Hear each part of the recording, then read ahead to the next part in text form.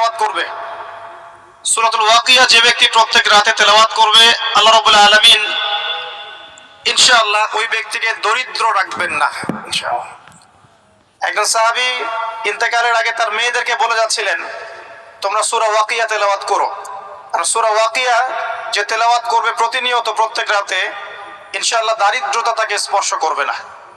যদি আমরা প্রাচুর্য চাই এবং হালাল সম্পদের প্রাচুর্য চাই, আমাদের উচিত হবে সূরা ওয়াকিয়ার উপর আমল করা। আল্লাহ পাক তৌফিক দান করুন। মাহফিল অ্যাপ, একজন মুসলিম হিসেবে মাহফিল অ্যাপ ব্যবহার করা আমাদের ইমানি দায়িত্ব।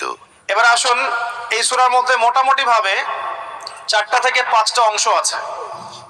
প্রথম অংশটাতে আল্লাহ রাব্বুল আলামিন ইযা ওয়াকাআতিল ওয়াকিয়া এখান থেকে শুরু করে প্রায় 10 নম্বর আয়াত পর্যন্ত আল্লাহ রাব্বুল আলামিন এখানে কিয়ামতের কথা বলছেন, যে কিয়ামত অবশ্যম্ভাবী, এটা ঘটবেই, এ বিষয়ে কোনো সন্দেহ নাই। এবং কিয়ামত যখন ঘটবে তখন মানুষ 3টা দলে ভাগ হয়ে যাবে। কয়টা দল? 3টা। একটা হচ্ছে ডান পার্শ্বওয়ালা আসহাবুল ইয়ামিন, যারা আল্লাহ রাব্বুল আলামিনের ডান দিকে থাকবে। একদল হচ্ছে আসহাবুশ শিমাল, যারা আল্লাহ রাব্বুল আলামিনের বাম দিকে থাকবে। আর এখানে বলা হচ্ছে আসহাবুল মাইমানাতি ওয়া আসহাবুল মাশআমা, অর্থাৎ ডানপন্থী এবং বামপন্থী। দুনিয়াতে যেমন আছে না ডানপন্থী বামপন্থী, আল্লাহ রাব্বুল আলামিনের কাছেও কিয়ামতের মাঠে একদল মানুষ আল্লাহ পাকের ডান দিকে থাকবে, আরেক দল থাকবে আল্লাহ পাকের বাঁ দিকে। ডান দিকে যারা থাকবে ইনশাআল্লাহ তাআলা নিশ্চিত তারা জান্নাতি, আর বাম দিকে যারা থাকবে কোনো সন্দেহ নাই তারা জাহান্নামী। এর সাথে সম্পৃক্ত একটা হাদিস আছে যে মেরাজের রাতে যখন নবী সাল্লাল্লাহু আলাইহি ওয়াসাল্লাম আল্লাহ পাকের সাথে সাক্ষাতের জন্য গিয়েছিলেন, তখন প্রথম আসমানে তার সাথে দেখা হয়েছিল আমাদের পিতা, আদি পিতা আদম আলাইহিস সালাম। তো আদম আলাইহিস সালাম একবার ডান দিকে তাকাচ্ছেন, একবার বাঁ দিকে তাকাচ্ছেন। যখন তিনি ডান দিকে তাকান তখন হাসতে শুরু করেন, আর যখন বাঁ দিকে তাকান তখন তিনি কাঁদতে শুরু করেন। এই দৃশ্যটা দেখে নবী সাল্লাল্লাহু আলাইহি ওয়াসাল্লাম জিবরাইল আলাইহিস সালামকে বলেছিলেন এর কারণ কি। তখন জিবরাইল আলাইহিস সালাম বলেছিলেন যে আদম আলাইহিস সালাম যখন ডান দিকে তাকান তখন তার সেই সব সন্তানদেরকে দেখতে পান যারা জান্নাতি, তখন তিনি হেসে ওঠেন, এবং যখন তিনি বাঁ দিকে তাকান সেই সব সন্তানকে দেখতে পারেন যারা জাহান্নামী, এটা দেখে তিনি কেঁদে ওঠেন। এখানে আমরা সেটাই পাচ্ছি। আরেকটা দলের কথা এখানে বলা হয়েছে আস-সাবিকুন আস-সাবিকুন, অর্থাৎ অগ্রগামী, যারা প্রত্যেকটা ক্ষেত্রে অগ্রগামী। অর্থাৎ হাসরের মাঠে 3টা দল দেখতে পারবো আমরা। একদল আল্লাহ রাব্বুল আলামিনের ডান দিকে যারা আসহাবুল মাইমানা, একটা দল হচ্ছে আল্লাহ পাকের বাম দিকে আসহাবুল মাশআমা, আর একটা দল হবে আস-সাবিকুন আস-সাবিকুন, যারা আল্লাহ রাব্বুল আলামিনের সামনে থাকবে। কোথায় থাকবে? সামনে। এরা হচ্ছে অগ্রগামী। নবীগণ, সিদ্দিকগণ, শহীদগণ তারা এই শ্রেণীর অন্তর্ভুক্ত হবে ইনশাআল্লাহ তাআলা। আল্লাহ, আমরা দোয়া করি আল্লাহ পাক যেন আমাদেরকে তাদের অন্তর্ভুক্ত হওয়ার তৌফিক দান করেন। এরপরে সূরার একটা ফেজ আছে। প্রথম ফেজ মানে অংশের মধ্যে এই বিষয়টা আপনি পাবেন। দ্বিতীয় অংশে গিয়ে আপনি পাবেন যে জান্নাতি যারা আসহাবুল মাইমানা, তাদের নিয়ামত কি কি দেয়া হবে, তাদেরকে আল্লাহ পাক কি কি নিয়ামত দিবেন, এটা আল্লাহ রাব্বুল আলামিন এই সূরার প্রায় 40 নম্বর আয়াত পর্যন্ত আলোচনা করেছেন। ঠিক আছে। এরপর আল্লাহ রাব্বুল আলামিন 41 নম্বর আয়াত থেকে শুরু করেছেন বাম দিকওয়ালা যারা, তাদের কি কি শাস্তি হবে, এই শাস্তিগুলোর ডিটেইলস বর্ণনা সূরা ওয়াকিয়ার 41 নম্বর আয়াত থেকে শুরু করে মোটামুটি ভাবে 60 নম্বর আয়াত পর্যন্ত আপনি পাবেন। এরপরে 60-এর পরে 61 নম্বর আয়াত থেকে একটা নতুন অধ্যায় শুরু হচ্ছে, যে এই পৃথিবীতে আল্লাহ পাক আমাদেরকে যে নিয়ামতগুলো দিয়েছেন এগুলোর কথা আল্লাহ পাক স্মরণ করিয়ে দিচ্ছেন মোটামুটি ভাবে 74 নম্বর আয়াত পর্যন্ত।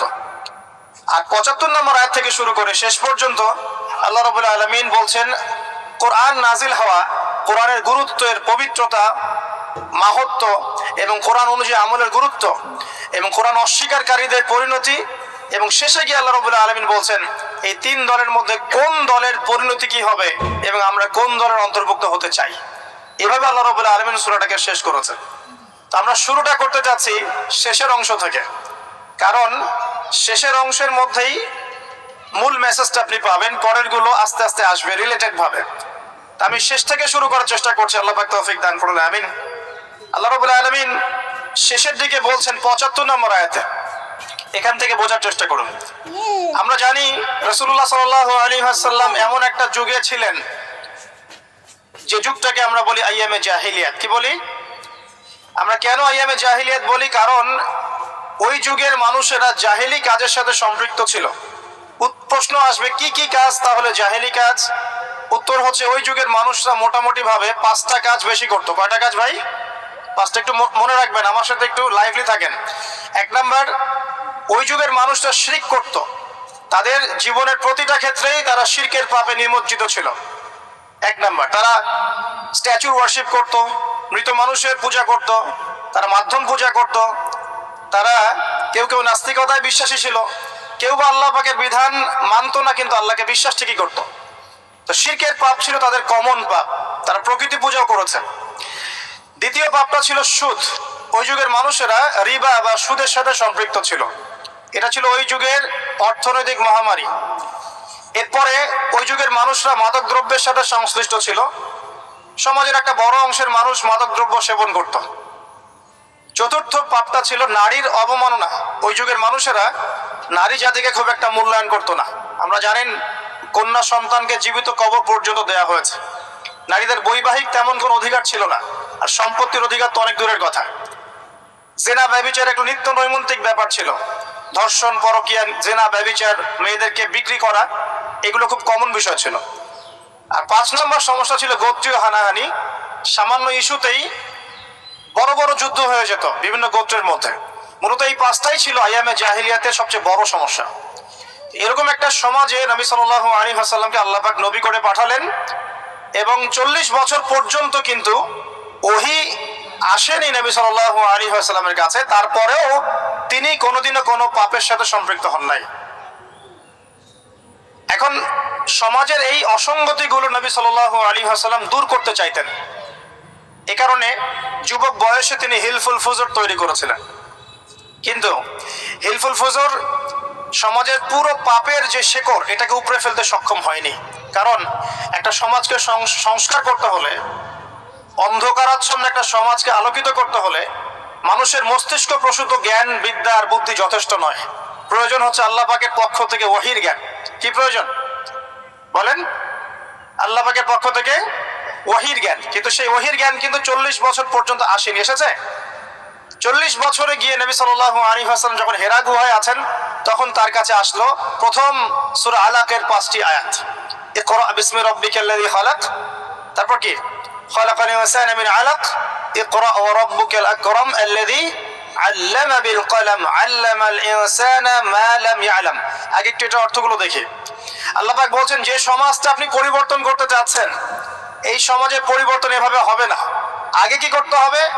ইকরা, আগে পড়তে হবে। কি পড়তে হবে? বিসমি রাব্বিকাল্লাযী খালাক, আপনার সেই রবের নামে যিনি আপনাকে সৃষ্টি করেছেন। যে জ্ঞান আপনাকে আল্লাহ পর্যন্ত পৌঁছে দিবে, সেই জ্ঞান চর্চা আপনাকে করতে হবে। এটা 1 নাম্বার। 2, খালাকাল ইনসানা মিন আলাক, যেই আল্লাহ মানুষকে আলাক থেকে সৃষ্টি করেছেন, অর্থাৎ মানুষ এমনি এমনি পৃথিবীতে আসে নাই, তার একজন সৃষ্টিকর্তা আছেন। ইকরা ওয়া রাব্বুকাল আকরাম, আপনি পড়ুন আপনার সেই রবের নামে যিনি মহিমান্বিত, মহা সম্মানিত। আল্লাযী আল্লামা বিল কলম, যিনি মানুষকে কলম দ্বারা জ্ঞান শিক্ষা দিয়েছেন। পড়ার সাথে লেখার সম্পর্ক আছে। আল্লামাল ইনসান মা লাম ইয়ালাম, মানুষকে সেই জ্ঞান শিক্ষা দিয়েছেন যা মানুষ জানতো না। আল্লাহ পাক আদম আলাইহিস সালামকে সৃষ্টি করেই প্রথমে তাকে সমস্ত নাম শিক্ষা দিয়েছেন। ওয়া আল্লামা আদামাল আসমাআ কুল্লাহা, আল্লাহ পাক বলছেন আমি আদমকে সমস্ত নাম শিক্ষা দিয়েছি। তার মানে আদম আলাইহিস সালাম সৃষ্টিগতভাবে জ্ঞানী ছিলেন না, আল্লাহ পাক তাকে জ্ঞান দিয়েছেন। অর্থাৎ আমরা যারা পৃথিবীতে আছি, আমরা সৃষ্টিগতভাবে জ্ঞানী নই, আল্লাহ পাক আমাদেরকে জ্ঞান দিয়েছেন। এবং এই জ্ঞান কিভাবে আসে? ওহীর জ্ঞান, ওহীর মধ্য দিয়ে আসে। আল্লাহ রাব্বুল আলামিন প্রত্যেক যুগে যুগে নবীগণকে পাঠিয়েছেন, রাসূলগণকে পাঠিয়েছেন এবং তাদের উপর ওহী নাজিল করেছেন। সেই জ্ঞানটা ছড়িয়ে পড়েছে আদম সন্তানদের মধ্য থেকে, এবং সেই জ্ঞানের চর্চায় আমরা এখন সমাজ সংস্কারের প্রয়াস পাই, আলহামদুলিল্লাহ। প্রিয় ভাইরা, নবী সাল্লাল্লাহু আলাইহি ওয়াসাল্লামের উপর এই যে প্রথম কোরআন নাজিলটা শুরু হলো, এটা ছিল রমাদান মাসে এবং লাইলাতুল কদরে।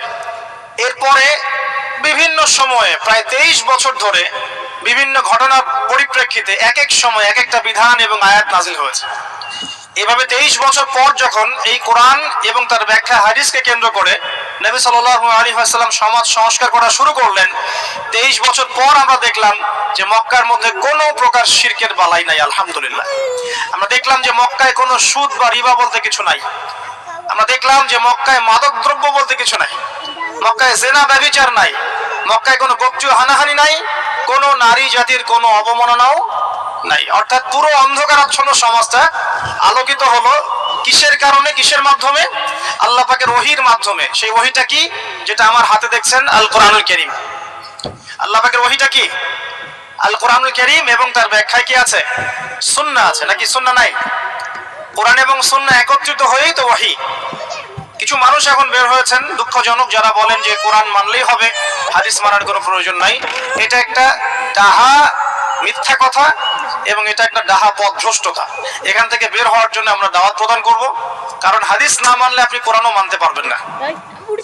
কারণ কোরআনে আল্লাহ পাক বলছেন সূরা হাশরের 7 নম্বর আয়াতে, ওয়ামা আতাকুমুর রাসূলু ফাখুযু, রাসূল যা দিয়েছেন তা গ্রহণ করো, ওয়ামা নাহাকুম আনহু ফানতাহু, রাসূল যা যা থেকে বিরত থাকতে বলেছেন দূরে থাকো। এখন রাসূল যা বলেছেন সেগুলো কি আমরা রাসূল যা থেকে বিরত থাকতে বলেছেন সেগুলো কি আমরা কোরআনে পাবো না হাদিসে? তাহলে কোরআনের এই আয়াতকে মানতে হলে আমাকে হাদিস মানতেই হচ্ছে। যদি আমি হাদিস না মানি তাহলে কোরআনের এই আয়াতের উপরে আমল হচ্ছে না। অতএব আপনি কোরআন অস্বীকারী কাফের হয়ে যাবেন, নাউযুবিল্লাহ। আল্লাহ পাক হেফাজত করুন, আমিন। বলতে যাচ্ছিলাম, মাত্র 23 বছরে নবী সাল্লাল্লাহু আলাইহি ওয়াসাল্লাম পুরো আরবের পরিবেশ পরিবর্তন করে দিয়েছিলেন কোরআন এবং সুন্নাহকে হাতে নিয়ে। এখন আল্লাহ পাক এই 23 বছরে প্রথম 13 বছর নবীজিকে রেখেছেন মক্কায়, আর বাকি 10 বছর রেখেছেন মদিনায়। আর মক্কায় যে সূরাগুলো নাজিল হচ্ছিল এগুলোর মধ্যে পরকালের কনসেপ্ট বেশি ছিল। আল্লাহর তাওহীদ, পরকাল, মৃত্যু, হাসর, জান্নাত, জাহান্নাম, মিজান, ফুলসিরাত, মানুষের দৃষ্টিভঙ্গি আগে পরিবর্তন করা হচ্ছিল যে এই দুনিয়ার জীবনটা সাময়িক এবং এটা চিরস্থায়ী নয়, আমাদেরকে ফিরে যেতে হবে আল্লাহর কাছে। এই দুনিয়ার জীবনটা হচ্ছে একটা কর্মক্ষেত্র মাত্র, ফলাফলের জায়গা এটা নয়। এই কনসেপ্টটা পরিষ্কার করার জন্য আল্লাহ রাব্বুল আলামিন মাক্কি জীবনে কিন্তু খুব বেশি এই সুদের বিধান, জিহাদের বিধান, হ্যাঁ অন্যান্য যে বিধানগুলো আছে, পর্দার বিধান, এগুলো কিন্তু খুব একটা মক্কায় নাজিল হয়নি, মদিনায় গিয়ে নাজিল হয়েছে। আমার কথা কি বুঝতে পারছেন? আগে মানুষের আকীদাটাকে, মানুষের দর্শনটাকে চেঞ্জ করা হয়েছে। বস্তুবাদী দর্শন থেকে আগে পরকালমুখী দর্শনে মানুষকে নিয়ে আসা হয়েছে, আল্লাহর কাছে আত্মসমর্পণের দর্শনে আনা হয়েছে। এরপর আল্লাহ পাক একটা একটা করে বিধান দিয়েছেন, মানুষ অবনত চিত্তে আত্মসমর্পণ করেছে। অতএব দাওয়াতি কাজ করতে গেলে আগে এভাবেই কাজ করা উচিত। আগে মানুষকে আল্লাহর দিকে নিয়ে আসতে হবে, তাওহীদের দিকে নিয়ে আসতে হবে, লা ইলাহা ইল্লাল্লাহের দিকে নিয়ে আসতে হবে, মুহাম্মদুর রাসূলুল্লাহর দিকে নিয়ে আসতে হবে। তারপরে আস্তে আস্তে দেখবেন ইনশাআল্লাহ সেই মানুষ নামাজ, রোজা, হজ, যাকাত, পর্দা সবই করবে ইনশাআল্লাহ। করবে না? আল্লাহ পাক এইভাবেই দাওয়াতটা দিতে বলেছেন নবী সাল্লাল্লাহু আলাইহি ওয়াসাল্লামকে। এর পরিপ্রেক্ষিতে এক পর্যায়ে সূরা ওয়াকিয়া নাজিল হয়। যে কোন মাক্কি সূরা আপনি দেখবেন সেখানে হিস্ট্রি পাবেন, পূর্ববর্তী নবীদের ঘটনা পাবেন, আগেকার আম্বিয়া কেরামের ঘটনা পাবেন, জান্নাতের বর্ণনা পাবেন, জাহান্নামের আযাবের বর্ণনা পাবেন, মৃত্যু, পরকাল, মিজান, ফুলসিরাত, এগুলোর কথা পাবেন মাক্কি সূরাগুলোর মধ্যে। সূরা ওয়াকিয়ার মধ্যে আল্লাহ পাক এটাই বলেছেন। আমি শেষ থেকে করছি এই কারণে, আল্লাহ পাক বলছেন বিসমিল্লাহির রহমানির রহিম, ফালা উকসিমু বিমাওয়াকিন নুজুম। খেয়াল করুন একটা, আল্লাহ পাক বলছেন আমি কসম করছি, আল্লাহ পাক বলছেন আমি কসম করছি নক্ষত্রগুলোর অবস্থান স্থলের। একটু কথাগুলো খুবই উঁচু মানের, উঁচু বালাগাতের, একটু মনোযোগ দিতে হবে। আল্লাহ পাক বলছেন যে আমি কসম করছি নক্ষত্রগুলোর অবস্থান স্থলের। এটা একটা বিশাল কসম, ইন্নাহু লাকাসামুল লাউ তা'লামুনা আযীম। আর আমি এখন যে কসমটা করলাম এই কসমটা একটা বিশাল বিষয়ের কসম, কিন্তু তোমরা এটা বুঝতে পারছো না। কিভাবে বিশাল বিষয় আগে এটা বোঝেন। নক্ষত্রের অবস্থানগুলো এত সূক্ষ্ম, যদি কখনো আপনি আকাশের তারা দেখে থাকেন এবং অ্যাস্ট্রোনমি সম্পর্কে আপনার কোনো সামান্য ধারণাও থেকে থাকে, আপনি বুঝতে পারবেন যে এই মহাবিশ্বে আমাদের আকাশে যে তারাগুলো দেখা যায় এই তারাগুলোর অবস্থান খুবই সূক্ষ্ম। এক একটার থেকে এক একটা ডিস্টেন্স যদি 1 ইঞ্চিও কম বেশি হয়ে যায় এই অভিকর্ষ বল, মহাকর্ষ বলটা কলাপস করবে, এত সূক্ষ্ম। আমরা এখন বলি না যে বিগ ব্যাং থেকে মহাবিশ্ব সৃষ্টি হয়েছে, কেউ সৃষ্টি করে নাই, নাউযুবিল্লাহ। অথচ এই মহাবিশ্বের প্রতিটা গ্রহ, নক্ষত্র, গ্যালাক্সি, সৌরজগৎ, চন্দ্র, সূর্য, পৃথিবী, এগুলো এত সূক্ষ্ম গাণিতিক ব্যাখ্যায় আছে, এত সূক্ষ্ম গাণিতিক সূত্র মেনে চলে, যার একটু ডানে বামে গেলেই মহাবিশ্ব কলাপস করে যাবে। শুধু যদি সূর্যটাকে 1 হাত এগিয়ে দেওয়া হয় তাহলে এই পৃথিবীর অর্ধেকের বেশি জায়গা মরুভূমি হয়ে যাবে। আর যদি সূর্যটাকে এক হাত পিছিয়ে দেওয়া হয় তাহলে এই পৃথিবীর একটা বড় অংশ বরফের চাদরে ঢেকে যাবে। শুধু যদি চাঁদকে একটু এগিয়ে দেওয়া হয় পৃথিবীর একটা বড় অংশ সমুদ্রের পানিতে ভেসে যাবে। আর চাঁদকে যদি একটু পিছিয়ে দেওয়া হয় ভাটা পড়ে যাবে, সাগরের স্রোত পাবেন না আপনি। কথাগুলো বুঝতে হলে আপনাকে অ্যাস্ট্রোনমি জানতে হবে, কিছুটা হলো আপনাকে এগুলো পড়াশোনা করতে হবে। আল্লাহ পাক বলছেন তারাগুলোর অবস্থানের কসম করছি আমি আল্লাহ। আর তোমরা যদি জানতে যে কসমটা কত বিশাল, অর্থাৎ এটা একটা বিশাল মানের কসম, তারাগুলোর অবস্থানের কসম। এখানে কোরআনের আয়াতকে তারার সাথে তুলনা কেন করা হচ্ছে একটা বিষয় আছে। আপনি যদি তারাগুলোর অবস্থান স্থল মেলাতে পারেন আপনি পথ খুঁজে পাবেন। মনে করেন পৃথিবীতে কোনো ঘড়ি নাই, সব শেষ, আপনি সমুদ্রে চলাফেরা করছেন, কোন দিক পূর্ব কোন দিক পশ্চিম, কোনটা উত্তর কোনটা দক্ষিণ আপনি বুঝতে পারবেন অনলি তারা দেখে, আর কোনো সুযোগ নাই। আগেকার নাবিকরা এইভাবে তারা দেখে পথ চলতো। একটু রিল্যাক্সে যদি রাতের বেলা তারা দেখতে পারেন আপনি দেখবেন আপনি খালি চোখেই বুঝতে পারবেন তারাগুলোর মধ্যে একটা গাণিতিক সূত্র আছে। যদি আপনি জ্যামিতি বুঝে থাকেন, এক একটা থেকে একটা ডিস্টেন্স, তার থেকে আরেকটা ডিস্টেন্স দেখবেন সমান। কারোর সাথে ত্রিভুজ আকৃতি, কারোর সাথে চতুর্ভুজের আকৃতি, কারোর সাথে বর্গাকৃতি তারাগুলো আছে এত সূক্ষ্মভাবে। আল্লাহ পাক এগুলো এমনি এমনি সৃষ্টি করেন নাই। আল্লাহ পাক বলেছেন এই তারাগুলো হিফজন, মানে এগুলো শয়তানকে প্রতিহত করে দেয়। শয়তান যদি উপরে উঠে খবর নেওয়ার জন্য আল্লাহ পাক এরকম উল্কাপিণ্ড নিক্ষেপ করেন তাদের পিছনে। আল্লাহ পাক বলছেন তারাগুলোর অবস্থান স্থিতি তোমাদেরকে পথ দেখাবে, ঠিক যেমন কোরআনের আয়াতগুলো তোমাদেরকে পথ দেখায়। এখানে একটা বিষয় বোঝার চেষ্টা করুন। আপনি যদি তারাগুলোর অবস্থান মেলাতে পারেন তাহলে যেমন আপনি পথ খুঁজে পাবেন, ঠিক তেমনি আপনি যদি কোরআনের এক আয়াতকে আর এক আয়াতের সাথে মেলাতে পারেন তাহলে হেদায়েত খুঁজে পাবেন। আমি কি বোঝাতে পারছি? এক তারা আর এক তারার অবস্থান মিলিয়ে যদি আপনি পথ খুঁজতে পারেন, ঠিক একইভাবে কোরআনের একটা আয়াতকে আরেকটা আয়াতের সাথে মেলালে আপনি একটা হেদায়েতের পথ খুঁজে পাবেন। এই কারণে তারাগুলোর সাথে কোরআনের আয়াতকে তুলনা করা হচ্ছে। আল্লাহ পাক বলছেন এই বিশাল কসম করে আমি বলছি কি। আচ্ছা একটা কথা, আল্লাহ পাক কেন কসম করেন? আল্লাহ রাব্বুল আলামিন সবসময় এমন কিছুরই কসম করেন যেটা খুব বেশি ইম্পর্টেন্ট। আল্লাহ পাক অহেতুক কোনো কিছুর কসম করেন না। আল্লাহ পাক বলছে ওয়াল আসরি, সময়ের কসম, মানে সময়টা খুব ইম্পর্টেন্ট জিনিস। আল্লাহ পাক বলছে তিন ফলের কসম, তিন ফল গুরুত্বপূর্ণ। ওয়া জাইতুন, জাইতুন ইম্পর্টেন্ট। ওয়া তুরি সিনিন, তুর পাহাড়, সিনাই পাহাড় ইম্পর্টেন্ট। ওয়া দুহা, অপরাহ্নের শপথ। ওয়া লাইল, রাতের শপথ। ঠিক আছে? আল্লাহ পাক কোন ক্ষেত্রে ফালা ওয়া রাব্বুক, তোমার রবের কসম এটাও বলেছেন, নিজের কসম নিজে করেছেন। তো আল্লাহ পাক নিঃসন্দেহে সেই বিষয়ের কসম করেন যেটা আমাদের কাছে অনেক বেশি ইম্পর্টেন্ট।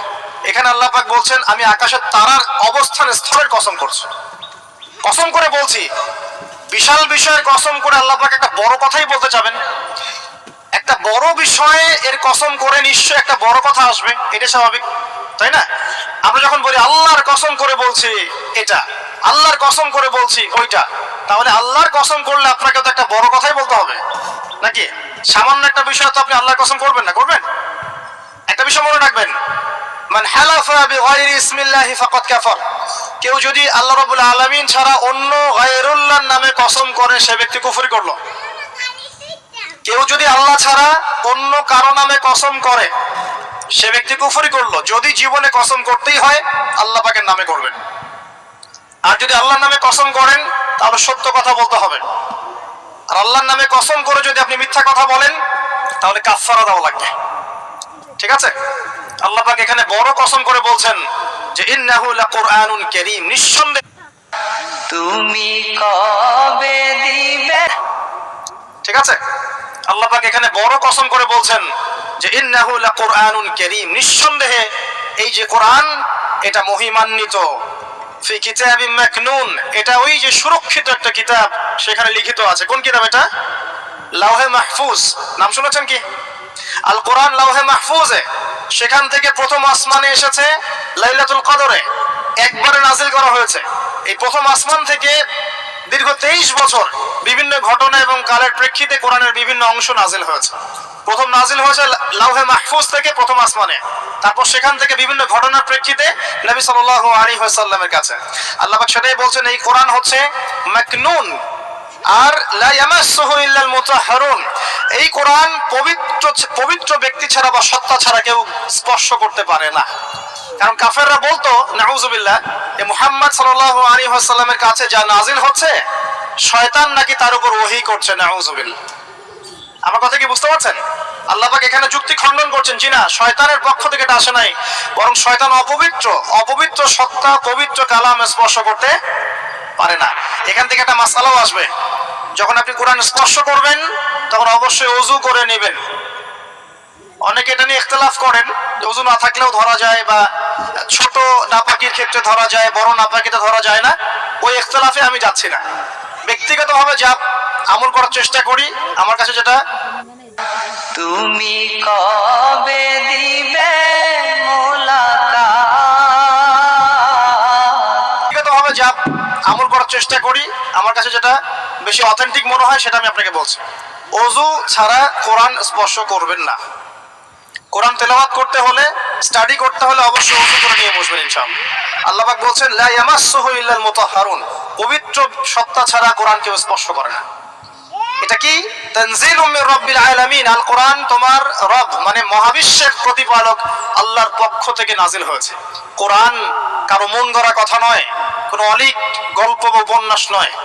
কোরআনুল কারীম কোনো জিন শয়তানের পক্ষ থেকে আসে নাই, বা এটা কোনো নিজের হাতে রচিত কোনো কিতাব নয়। আগেকার তাওরাত, জাবুর, ইনজিল থেকে কপি করা হয়নি, বরং কোরআন রব্বুল আলামিনের পক্ষ থেকে কি হয়েছে? নাজিল হয়েছে। আল্লাহ পাক বলেন আফা বিহাদাল হাদিসি আনতুম মুদহিনুন, তোমরা কি এই যে হাদিস, কোরআনকে এখানে হাদিস বলা হচ্ছে, হাদিস মানে কিন্তু বাণী, কোরআনকে বলা হচ্ছে এই বাণী বা এই হাদিসকে কি তোমরা এড়িয়ে যাচ্ছ? আল্লাহ পাক বলেন ওয়া তাজআলুনা রিজকাকুম আন্নাকুম তুকাযযিবুন, এই কথাটা ভালো করে শোনেন। আল্লাহ পাক বলেন কোরআনকে অস্বীকার করাই কি তোমরা তোমাদের রিজিক বানিয়ে নিয়েছো? আজকের বিশ্বে যত মানুষ রিজিক পাচ্ছে বেশিরভাগ কোরআন অস্বীকার করে রিজিক পাচ্ছে। বুঝতে পারছেন না মনে হয়? কোরআন এবং তার সাথে বিরোধিতা করে মানুষ রিজিক কামাই করছে না? মানুষ সুদের মধ্যে দিয়ে রিজিক পাচ্ছে, কোরআনকে পাশ কাটিয়ে যাচ্ছে।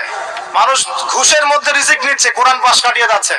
মানুষ দুর্নীতি করে রিজিক নিচ্ছে, কোরআন পাশ কাটিয়ে যাচ্ছে। কোন কোন ক্ষেত্রে ইসলামের বিরোধিতা করাটাকেই রিজিক বানিয়ে নিয়েছে মানুষ, নাই?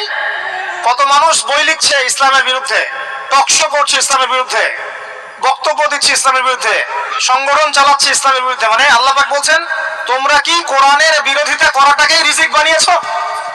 কত চমৎকার কথা, তাই না? বাস্তবে তাই হচ্ছে না? বাস্তবে এটাই হচ্ছে। খুব কম সংখ্যক মানুষ বাদ দিয়ে বেশিরভাগ মানুষ আল্লাহর বিরোধিতা করেই রিজিক অর্জন করার চেষ্টা করছে। আল্লাহ পাক আমাদেরকে বোঝার তৌফিক দান করুন, আমিন। আল্লাহ পাক বলেন ফালাউলা ইযা বালাগাতিল হুলকুম, কতদিন করবে এভাবে, কতদিন চলবে এভাবে? ফালাউলা ইযা বালাগাতিল হুলকুম, ওই কথা স্মরণ করো যখন তোমাদের প্রাণ জানটা চলে আসবে হুলকুমে। হুলকুম কোনটা? যেখান থেকে আপনি হা আইন এগুলো উচ্চারণ করেন, তাই না? নাকি ওস্তাদরা আছেন না এখানে? এটা হুলকুম। বাই দ্য ওয়ে, এখন অবশ্য একটা যুগ চলছে, এখন শায়েখ হতে কোরআন তেলাওয়াত করা শেখা লাগে না আর কি। এমনি মানুষ শায়েখ হয়ে যেতে পারে, এটা আলাদা বিষয়। তবে কোরআন বিশুদ্ধ করে তেলাওয়াত করা শিখতে হবে না? তো হুলকুম থেকে যে অক্ষরগুলো আসে আমরা তো জানি। আল্লাহ পাক বলছেন তোমাদের প্রাণ যখন হুলকুমে চলে আসবে সেই সময় তোমরা বুঝতে পারবে। কি বুঝবে? ওয়ানতুম হিনাইযিন তানজুরুন, তোমরা তখন ফেলফেল করে তাকিয়ে থাকবে। তাকিয়ে থাকে না মানুষ? কেউ যখন মারা যাচ্ছে আপনার সামনে, কারো কিছু করার আছে? আশপাশের মানুষ ফেলফেল করে তাকিয়ে থাকে না? কিচ্ছু করার নাই। ওয়ানাহনু আকরাবু ইলাইহি মিনকুম ওয়ালাকিন লা তুবসিরুন, আল্লাহ পাক বলেন ওই সময় আমি তোমাদের চেয়ে ওই মাইয়াতের বেশি কাছে থাকি। ওই সময় তোমাদের চাইতে আমি আল্লাহ ওই ব্যক্তির বেশি কাছে থাকি। ফালাউলা ইন কুনতুম গায়রা মাদিনিন, তোমরা কি আমার কর্তৃত্বের অধীনে নাও? তারজিউনাহা ইন কুনতুম সাদিকিন, যদি এখন ক্ষমতা থাকে, যে আল্লাহ যে কোরআন যে ইসলামকে অস্বীকার করলা, এখন ক্ষমতা থাকলে সেই প্রাণটাকে ফিরাই দাও দেখি। আল্লাহর কথা কি বুঝতে পারছেন? আল্লাহ পাক বলছেন তোমরা কি কোরআন এর বিরোধিতা করাটাকে রিজিক বানিয়েছো? করতে থাকো, কিন্তু যখন তোমাদের প্রাণ কণ্ঠাগত হবে তখন তোমরা ফেল করে তাকিয়ে থাকবে, কিছুই করতে পারবে না। ওই সময় আমি আল্লাহ ওই ব্যক্তির কাছে থাকি তোমাদের চাইতে। আর তোমরা যদি আমার কর্তৃত্বের বাইরেই থাকো তাহলে ওর জানটাকে ফিরাই নিয়ে আসো দেখি। কথাগুলো কি বুঝতে পারছেন? আমি আসলে কোরআন অনুবাদ করতেও পারছি না এবং ব্যাখ্যাও করতে পারছি না, আমার অপারগতা।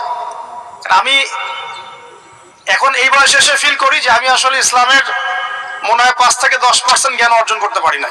আমার কাছে এটাই ফিল হয়। আমি যত বেশি জ্ঞান অর্জনের সাগরে ডুব দিয়েছি বা দিচ্ছি, আমার কাছে এটাই মনে হচ্ছে যে আমি এখন পর্যন্ত 10% জ্ঞান অর্জন করতে পারি নাই, এখনো ডুবি দিতে পারি নাই। মণিমুক্ত আহরণ করে কিভাবে আপনাদের সামনে উপস্থাপন করবো এটা আমার জানা নাই। তবে আমি আমার জায়গা থেকে চেষ্টা করছি। আর কোরআন এত উচ্চ মানের একটা কিতাব, যেটার ব্যাখ্যা করার আমাদের পক্ষে আসলে পসিবল না।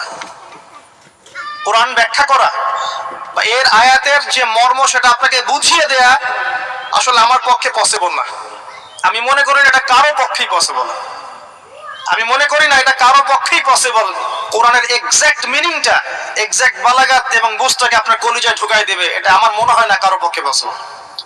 একজন ব্যক্তি তার পক্ষে সম্ভব ছিল, তিনি ছিলেন আমাদের প্রিয় নবী মুহাম্মদ রাসূলুল্লাহ সাল্লাল্লাহু আলাইহি ওয়াসাল্লাম এবং তার সাহাবায়ে কেরাম রাদিয়াল্লাহু আনহুম যা শিখেছেন, যদি তাদেরকেও পেতাম তাহলে হয়তো কিছু আমরা অ্যাচিভ করতে পারতাম, বা তারপরের জেনারেশনকে যদি পেতাম তাও কিছু অ্যাচিভ করতে পারতাম। এখন 1400 বছর পরে সেই কিতাব নিয়ে আমরা স্টাডি করছি। আর আমরা যারা এখন বেঁচে আছি, আমাদের মধ্যে কি সেই নূর আর মারিফত আছে যা নবী এবং সাহাবীদের যুগে ছিল? তাহলে কিভাবে আমি আপনাকে কোরআনের পুরো অথেন্টিসিটি এবং এর ইন্টারপ্রিটেশন আপনাকে বোঝাবো কিভাবে? আসলে আমার পক্ষে সম্ভব না, চেষ্টা করছি, শুধু অনুবাদ করে শোনাতে পারছি, আমি ব্যাখ্যা আপনার সামনে করতে পারছি না। আল্লাহ পাক মাফ করুন। আল্লাহ পাক শেষে গিয়ে বলছেন যে কোরআন বিরোধিতা করাটাকেই কি তোমরা রিজিক বানিয়ে নিয়েছো? জেনে রেখো, যদি কোরআনের বিরোধিতা করতে থাকো, একদিন তোমাদের মৃত্যু আসবেই। যেদিন আসবে সেদিন কণ্ঠনালীর কাছে চলে আসবে তোমাদের প্রাণ। ওই দিন আশপাশে বহু মানুষ থাকলেও কেউ তোমাদের কোনো উপকার করতে পারবে না। সবাই ফেল ফেল করে তাকিয়ে থাকবে। তোমার নিয়ন্ত্রণ আমার হাতে থাকবে, এবং যদি ক্ষমতা থাকে আর তোমরা যদি আমার কর্তৃত্বের বাইরেই থেকে থাকো, তাহলে ওই আত্মাটাকে ফেরত দিয়ে দেখিও সেদিন, যদি তোমাদের ক্ষমতা থাকে। আমরা কি পারবো? অতএব আমাদের উচিত হবে কি, আল কোরআনের সামনে কি করা? আত্মসমর্পণ করা, নত হওয়া। এখন নত হওয়া মানে কি সেটা আমি 6টা সেন্টেন্সে বলছি আপনাকে। আল কোরআনের সামনে আত্মসমর্পণ করা বা নত হওয়ার মানেটা কি, এটা আমি আপনাকে 6টা সেন্টেন্সে ব্যাখ্যা করছি। 1 নাম্বার, আমরা যারা বেঁচে আছি উম্মতে মুহাম্মাদি, আমাদের প্রত্যেকের উচিত হবে আল কোরআন আগে বিশুদ্ধ করে তেলাওয়াত করতে শেখা। এটা আমাদের প্রথম কাজ। শিখবো ইনশাআল্লাহ। আল্লাহ পাক তৌফিক এনায়েত করুন। এটা হচ্ছে ইসলামের পড়াশোনার একদম বেসিক প্রাইমারি স্টেজ। কোরআন তেলাওয়াত করা শেখাটা হচ্ছে দ্বীনের পড়াশোনার একদম বেসিক স্টেজ। এরপরে আসে কোরআনের অনুবাদ শেখার ব্যাপার, কোরআনের আরবি ব্যাকরণ শেখার ব্যাপার, নাহু সরফ শেখার ব্যাপার, বালাগাত শিখতে হয়, তারপরে হাদিস আছে, তারপরে আপনার যে আকীদা, তুমি কবে দিবে। এরপরে আসে কোরআনের অনুবাদ শেখার ব্যাপার, কোরআনের আরবি ব্যাকরণ শেখার ব্যাপার, নাহু সরফ শেখার ব্যাপার, বালাগাত শিখতে হয়, তারপরে হাদিস আছে, তারপরে আপনার যে আকীদা আছে, ফিকহের বইগুলো আছে, উসুলের বইগুলো আছে, তারপরে আস্তে আস্তে বড় বড় কিতাবগুলো আপনাকে পড়তে হয়। তো এই যে সিলেবাসটা আপনার সামনে আছে, এই সিলেবাসটা কভার করার প্রথম স্টেজটা কি, আগে আপনাকে আল কোরআন বিশুদ্ধ করে তেলাওয়াত শিখতে হবে। নবী সাল্লাল্লাহু আলাইহি ওয়াসাল্লাম বলেছেন, খায়রুকুম মান তাআল্লামাল কোরআন ওয়া আল্লামা, তোমাদের মধ্যে সেই ব্যক্তি শ্রেষ্ঠ, উত্তম, যে ব্যক্তি নিজে আল কোরআন শেখে অন্যকে শেখায়। নবী সাল্লাল্লাহু আলাইহি ওয়াসাল্লাম একটা হাদিসে বলেছেন, আল্লাযী ইয়াকরাউল কোরআন ওয়া হুয়া মাহিরুন বিহি, যে ব্যক্তি কোরআন তেলাওয়াত করে এবং তার উপর দক্ষ হয়, মাহির হয়, মা'আস সাফরাতিল কিরামিন বাররা, সে ব্যক্তি পরকালে সম্মানিত ফেরেশতাদের সাথে হাসর করবে ইনশাআল্লাহ। ওয়াল্লাযী ইয়াকরাউল কোরআন, এবং যে ব্যক্তি কোরআন তেলাওয়াত করে, ওয়া ইয়াতাতাউ ফি, এবং কোরআন তেলাওয়াত করতে গিয়ে আটকে যায়, তাতা করে মানে আটকে যায়, জিহ্বায় আসে না, ওয়া হুয়া আলাইহি শাক, তার উপরে এটা কঠিন হয়ে যায়, তারপরেও সে চেষ্টা করে, ফালাহু আজরান, তার জন্য ডাবল পুরস্কার আছে ইনশাআল্লাহ। নবী সাল্লাল্লাহু আলাইহি ওয়াসাল্লাম বলেন, মান ক্বারা হারফাম মিন কিতাবিল্লাহি ফালাহু হাসানা, কেউ যদি কোরআনের একটা হরফও তেলাওয়াত করে তার জন্য হাসানা বা নেকি থাকবে। আল হাসানাতু কাআশরি আমসালিহা, আর একটা হাসানা 10 দিয়ে গুণ করা হবে, মানে একটা হরফ তেলাওয়াত করে 10 নেকি পাবেন ইনশাআল্লাহ। লা আকুলু আলিফ লাম মিম হারফুন, নবীজি বলেন, আমি বলছি না যে আলিফ লাম মিম তিনটা মিলে একটা হরফ। নবীজি বলেন, বাল আকুলু আলিফুন হারফুন ওয়া লামুন হারফ ওয়া মিমুন হারফুন, আমি বলছি আলিফ একটা হরফ, লাম একটা হরফ, মিম আরেকটা হরফ। একটু বলে দেই আপনাকে, আল কোরআনের মধ্যে 600টা পৃষ্ঠা আছে। কয়টা?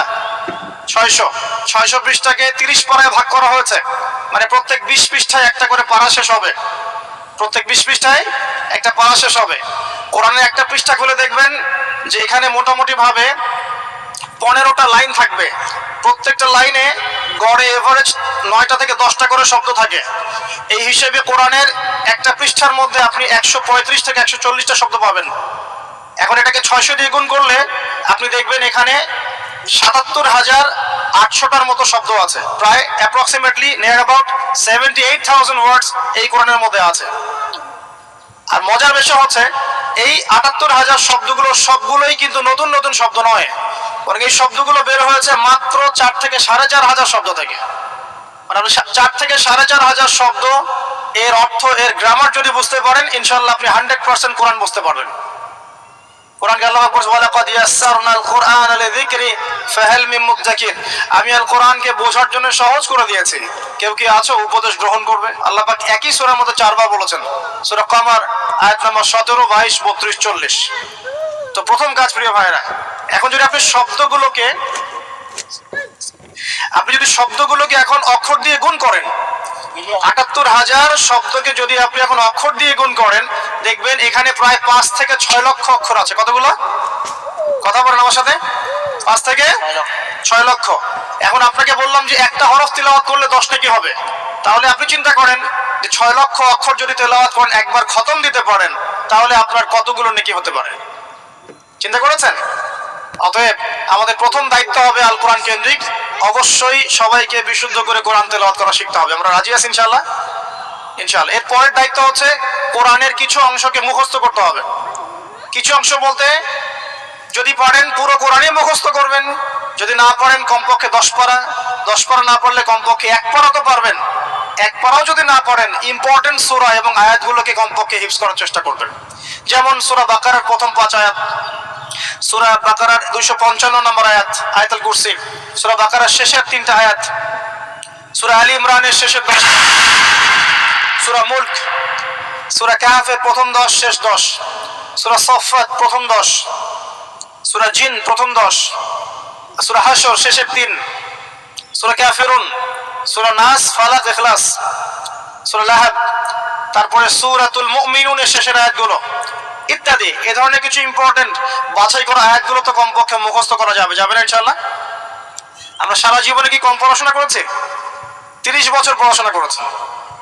30 বছর পড়াশোনা করে যদি আমি 30টা আয়াত শিখতে না পারি, তাহলে নিঃসন্দেহে এই পড়াশোনার জীবনে আমি ব্যর্থ না সফল? 30 বছর পড়াশোনা করে যদি আমরা 30টা হাদিস না শিখি, তাহলে আমরা ব্যর্থই। আমাদেরকে ব্যর্থই বলতে হবে। আমরা যদি এতদিন পড়াশোনা করেও ইসলামের বেসিক বিষয়গুলো না শিখি, আমরা ব্যর্থ না? অবশ্যই ব্যর্থ। আল্লাহ পাক আমাদেরকে শেখার তৌফিক দান করুন। আমিন। এরপরে সামনে যাই। হিফজ করলে কি হবে? যারা এরকম করে হিফজ করতে পারবে, আমল করতে পারবে, হাসরের মাঠে আল্লাহ রাব্বুল আলামিন ওই বান্দাদেরকে উদ্দেশ্য করে বলবেন, ইকরা ওয়ারতাক, তুমি পড়ো এবং উপরের দিকে উঠতে থাকো। ওয়ারাতিল কামা কুনতা তুরাতিল ফিদ দুনিয়া, তুমি দুনিয়াতে যেমন করে তেলাওয়াত করতে, এখন সেভাবে তেলাওয়াত করতে থাকো। তোমার শেষ মঞ্জিল হবে সেখানে, যেখানে তুমি পড়া শেষ করবে। কোরআন তেলাওয়াত করতে করতে আপনি যেখানে থামবেন, জান্নাতের সেই স্তরে আপনাকে রাখা হবে ইনশাআল্লাহ। তাহলে কোরআনের হাফেজ হওয়ার প্রয়োজন আছে না? এছাড়াও হাফেজে কোরআনরা কিন্তু সুপারিশও করবে, তার পরিবার বর্গের অনেকের জন্য সুপারিশ করবে ইনশাআল্লাহ। যারা কবিরা গুনাহগার হয়েছে, আল্লাহ পাক তাদের সুপারিশ কবুল করে ইনশাআল্লাহ ওই ব্যক্তিদেরকেও জান্নাতে দিয়ে দিবেন ইনশাআল্লাহ। তো আল্লাহ পাকের কাছে আমরা দোয়া করি যেন আমরাও কোরআনে হাফেজ হতে পারি। আমরা যদি নাও পারি, আমাদের সন্তানদেরকে যেন হাফেজ বানাতে পারি ইনশাআল্লাহ। বারবার একটা কথা বলি প্রত্যেকটা মাহফিলে গিয়েই, যে আল কোরআনের আলো ঘরে ঘরে জ্বলবে না যতক্ষণ পর্যন্ত ঘরে ঘরে কোরআনওয়ালা মানুষ তৈরি হবে না। প্রত্যেকটা ঘরে আমাদের অন্তত একটা করে কোরআনওয়ালা মানুষ লাগবে, তো লাগবে না? একটা করে কোরআনওয়ালা মানুষ তো লাগবে কমসে কম। আল্লাহ পাক আমাদের সন্তানদেরকে কোরআনওয়ালা মানুষ হিসেবে মানুষ করার তৌফিক দান করুন।